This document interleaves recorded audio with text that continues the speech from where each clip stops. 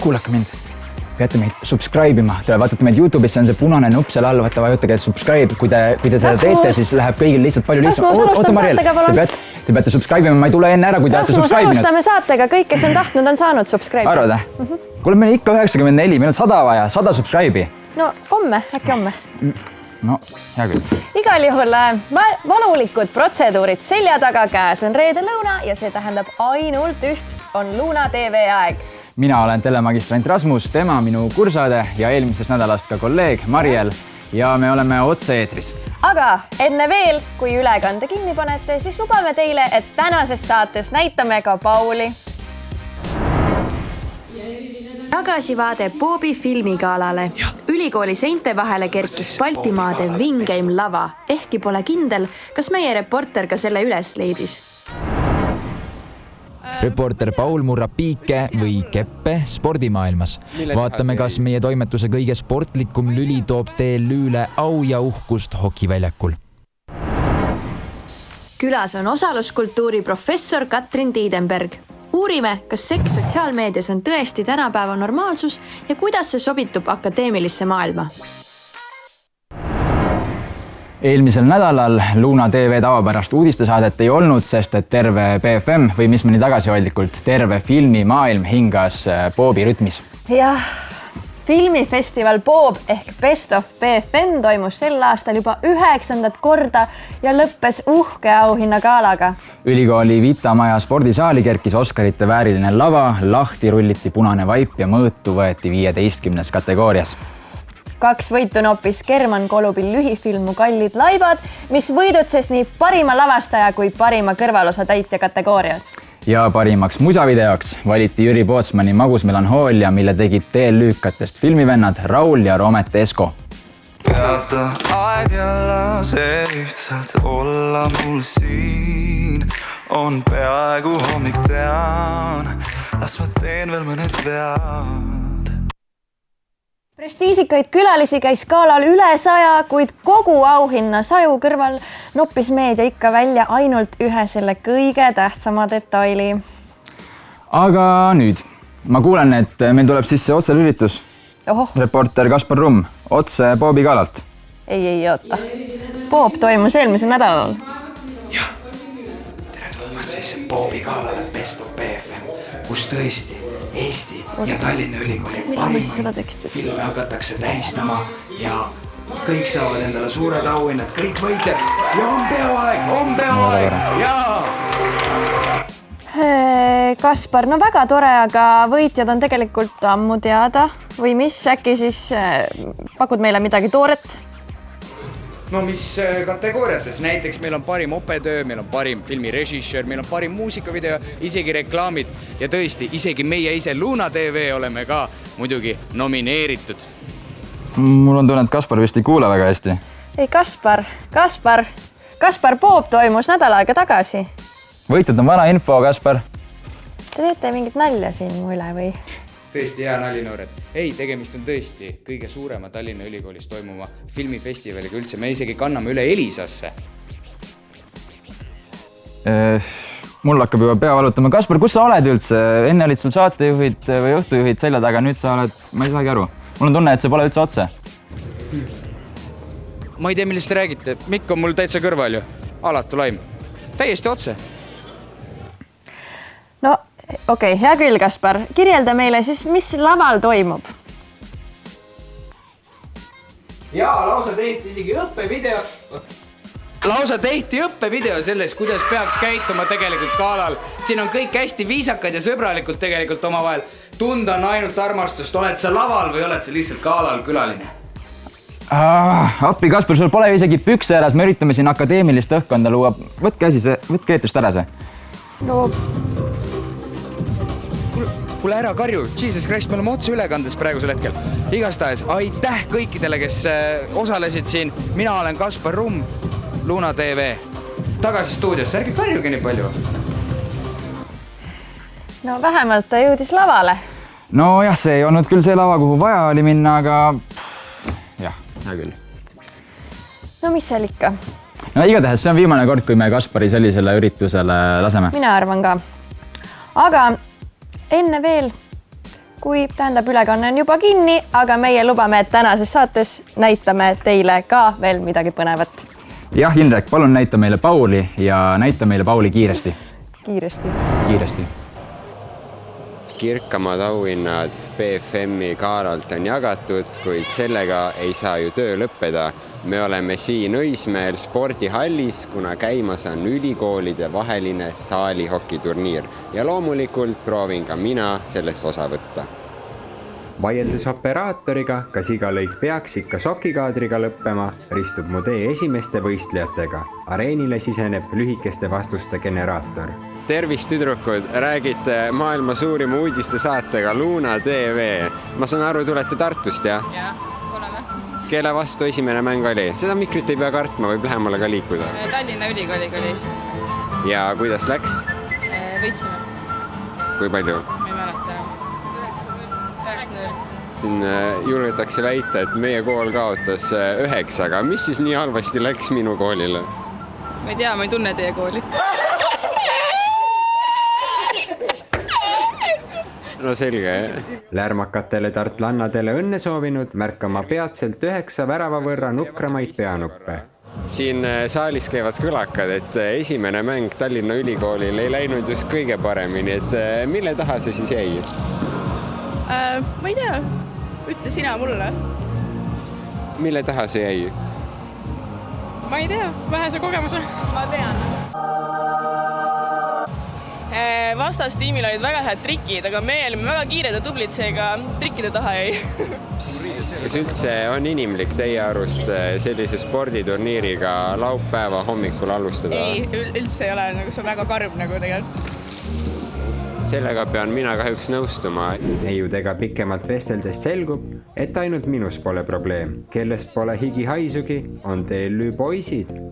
Tuleb välja nii, et peale meie esimest mängu me peame uuesti kohe mängima, sellepärast et Tallinna ülikooli poisid kogemata ei tulnud kohale. Põhjust ma täpselt ei oska öelda. Ma arvan, põhjust võib sealt hilistest õhtutundidest otsida.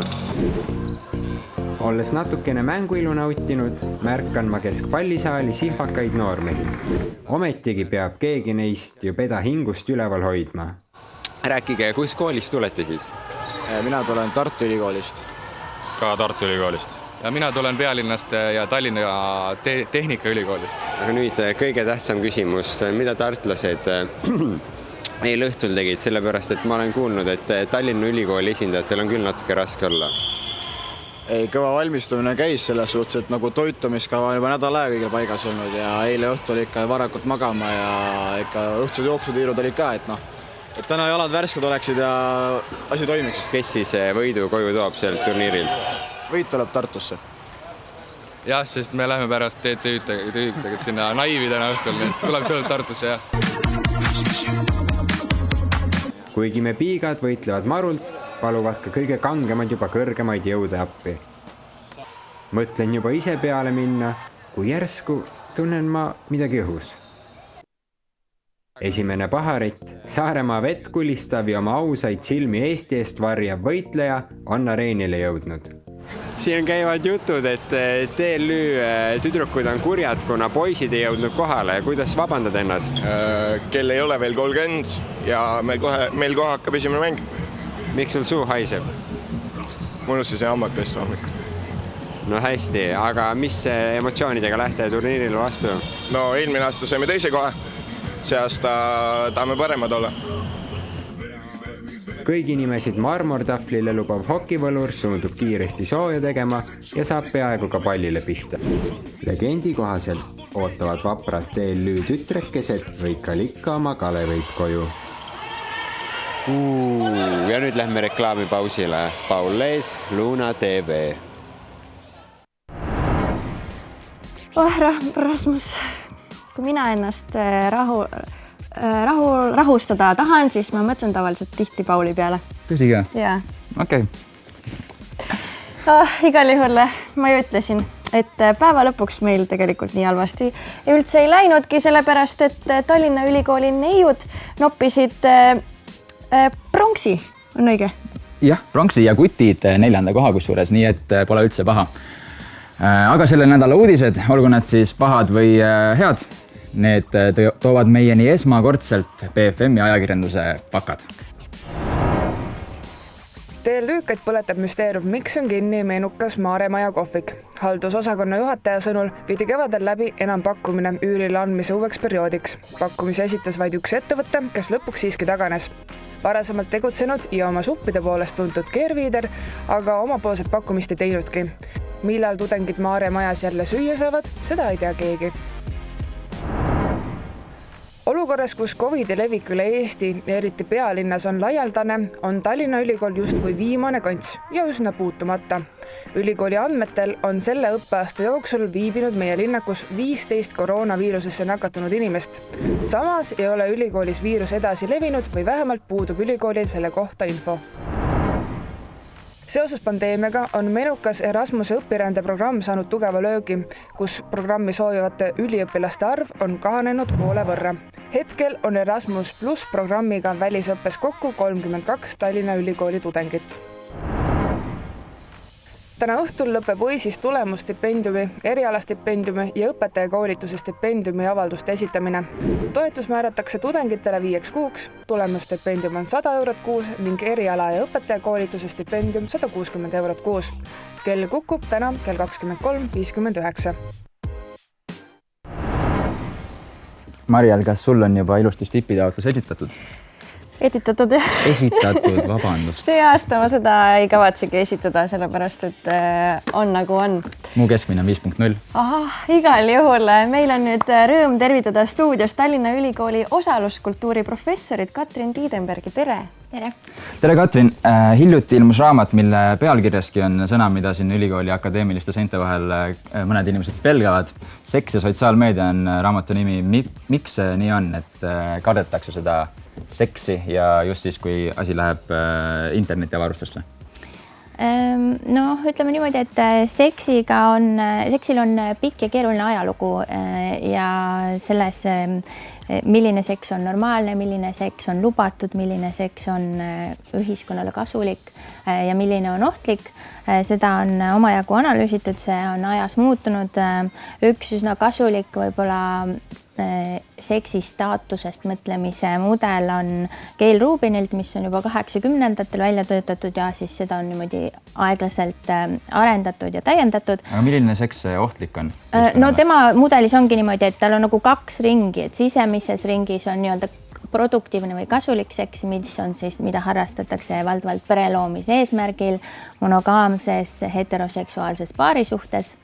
Ja kõik, mis sellest välja jääb, ja ta nimetab seda selliseks maagiliseks ringiks.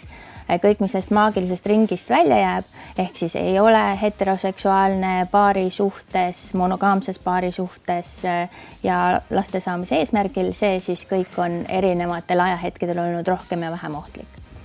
See siis ei kõlba kuskile.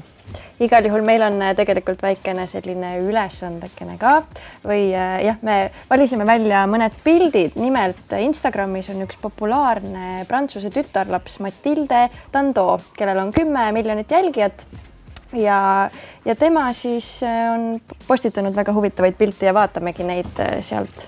Jah, siit peaks seda esimest nägema. Mis te arvate, et mida üks noor neiu sellise pildiga tahab öelda ühiskonnale? No ma näen, et on öelnud, et õues on väga palav. Järgmine pilt. No siin nüüd näitab natukene nibusid ka. Siin just seda näha, et kui on mingisugune kehakatte peal, siis järsku nagu võib nibusid näidata. Aga muidu on keelatud? No see sõltub platvormist, et see on Instagram. Instagram kuulub Facebookile. Facebook on üsna tuntud selle poolest, et tal on just naistele kuuluvate nibudega äärmiselt ärev ja konfliktne suhe kuni selleni, et maha on võetud hästi palju aktivistide fotosid, maha on võetud imetamise fotosid, sellest on alguse saanud suur rahvusvaheline liikumine Free the Nipple, mille käigus Facebooki USA kontori foajees mitusada naist demonstratiivselt imetamisega tegeles ja nii edasi. Miks need nibud siis niimoodi paremad on, kui on siuke natukene rõivast peal? No ütleme niimoodi, et ilmselt kui küsida sellelt inimeselt, kes need Facebooki reeglid tegi, siis ta ütleks, et nad ei olegi paremad, et siin on küsimus selles, mida siis algoritm suudab ära tunda. ja ütleme näiteks see eelmine pilt, mis tal oli, meil siin raamatus on ka üks intervjueeritav, kes ütleb, et tal on, kuna Instagram võtab pidevalt tema pilte maha või blokib tema kontot, siis tal on terve hulk nippe, et kui sa tahaksid panna selle nii-öelda pepupildi ja seal on see stringiriba vahel, siis see just nagu läheb läbi, kui seal seda ei ole, siis sinna tuleb panna umbes mingi stikker või midagi. Vaatame järgmist pilti, siin vist ongi üks nendest nippidest siis näha, et üks valge südameke päästab päeva. Just. Ja kui me mõtleme selle peale, et kuidas inimene interpreteerib seda, mis on seksuaalne või seksikas või ropp või lubatav või lubamatu või ahvatlev või mis iganes sõna me tahame kasutada, siis ilmselgelt see, kas seal on see süda või ei ole süda, nii-öelda inimliku tähendusloome seisukohast omab väga väikest vahet, mis nagu rõhutab seda sotsiaalmeedia platvormi reeglite ja nende automatiseeritud järelevalve kohatist täielikku absurdsust. No seal on jälle süda. Ja üks pilt on veel südamekesega, kus on tõesti absoluutselt kõik on näha, aga siis see üks süda millegi pärast peaks nagu aitama. Tõmbab rohkem tähelepanu. See on nii-öelda siis robotitele suunatud süda. Aga miks see siis niimoodi on, et robotid ühte asja ei luba, inimesed nagu samas tahaksid lubada? No need inimesed, kes on loonud Facebooki reeglid ja kes loovad Facebooki äristrateegiat ja mõtlevad, kuidas Facebook saab täita oma eesmärki, milleks on teenida aktsionäridele raha. Ja need inimesed, kes võib-olla Facebooki või sellele kuuluvad rakendusi ja platvorme kasutavad, neil on täiesti selgelt väga erinevad arusaamad sellest, mis peaks olema lubatud või mis on ilus või mis on häiriv. Aga ka see on liiatine üldistus, sellepärast, et Facebookil on üle 2 miljardi kasutaja igal pool maailmas, ja Instagramil on, seal tuleb natuke veel juurde, kuigi enamik, kes kasutab Instagrami, kasutab ka Facebooki. Et me ei saa kindlasti öelda, et kõik need inimesed on ühel nõul selles osas, mis peaks olema sotsiaalmeediast nähtav ja vaadatav. Räägime ühe ülikooli teemalise küsimuse siis ka lahti. Siin paar kuud tagasi või 6 aega tagasi umbes lahvatas meedias skandaal, et meie enda ülikooli õppejõud, raadioajakirjanduse õppejõud Taavi Libe on väidetavalt siis chattinud, saatnud selliseid, ütleme, libedaid sõnumeid oma tudengitele. Jätame selle kõrvale, kas see on hetkel tõde või vale see info, aga et kas sobib mingil määral või kuidas sobitub seks ja akadeemilisse maailma, eriti kui see on õppejõu ja tudengi vahel? No ei sobitu, selles mõttes, et kindlasti tuleb vaadata töö eeskirjadest ja sellest, mis lepingus kirjas on, kui sa oled sellele alla kirjutanud, aga üldiselt selline, ütleme siis eetiline või moraalne lähenemine on, et olukorrad, kus on tänu sinu formaalsele või professionaalsele rollile ehk siis sinu ametile või sinu õpilase staatusele sisse kodeeritud mingi võimu erisus ehk et ühel inimesel on võim teise inimese karjääri üle, selle üle, kui hästi ta läheb, mis hindeid ta saab, kas ta saab mingit tööd või kas teda edutatakse, et sellistesse olukordadesse seksi lisamine teeb asjad ebavajalikult keeruliseks ja seetõttu enamik reegleid enamikes institutsioonides soovitab seda vältida siis rohkem või vähem tungivalt. Aga sul ilmus raamat ka, milleks seda lugeda või kes peaksid seda lugema? No, ütleme niimoodi, et see on tõlge, on ju, tegelikult originaal on siin ja selle kirjastaja, ütleme siis point kogu selle sarja taga, see Society Now, mul on seal üks teine raamat ka, on see, et panna eksperdid tagasi nende vestluste keskmesse, mis inimesi huvitavad. Ehk et kui on teadlased, kes tegelevad selliste asjade uurimisega, millest räägib ka ajakirjandus, millest inimesed iseenesest räägivad, siis nad paluvad nendel teadlastel kirjutada sellest raamatu, et seda ei kirjutaks mingi niisama asja armastaja või arvaja, aga kirjutada viisil, mis oleks ligipääsetav intelligentsele tavalugejale. Ehk siis by design nii-öelda on see intelligentsele tavalugejale, aga siin tagakaanel ütlevad kolleegid et seda peaks lugema näiteks professor Susanna Paasonen Soomest on öelnud, et seda peaks lugema kohustuslik lugemine vanematele, haridustöötajatele, ajakirjanikele, IT-arendajatele ja poliitikaloojatele. Aitäh sulle, Katrin, aitäh sulle tulemast kindlasti. Ma selle jätan teile, kui te tahate selle välja loosida või midagi. Tohoh, muidugi tahame. See on väga tore. Aitäh, suur aitäh. Aitäh kutsumast. Aga jah, meil jääb üle siis ainult siin tagasihoidlikult tõdeda, et tegelikult seks ongi tavaline elu ja see ei kao mitte kuhugi ei sotsiaalmeediast ega telest. Just nii, Mariela, aga kahjuks elame vastuolulises maailmas, kus valitseb jätkuv tendents stigmatiseerida kõike, mis jääb traditsioonilisest ideaalist väljapoole. Igal juhul sellisel mõtlikul noodil me siis täna lõpetame ja järgmine kord juba uued teemad ja uued näod. Luna TV igal reedel kell 12.00 YouTube'is. Subscribe'ige. Subscribe'ige.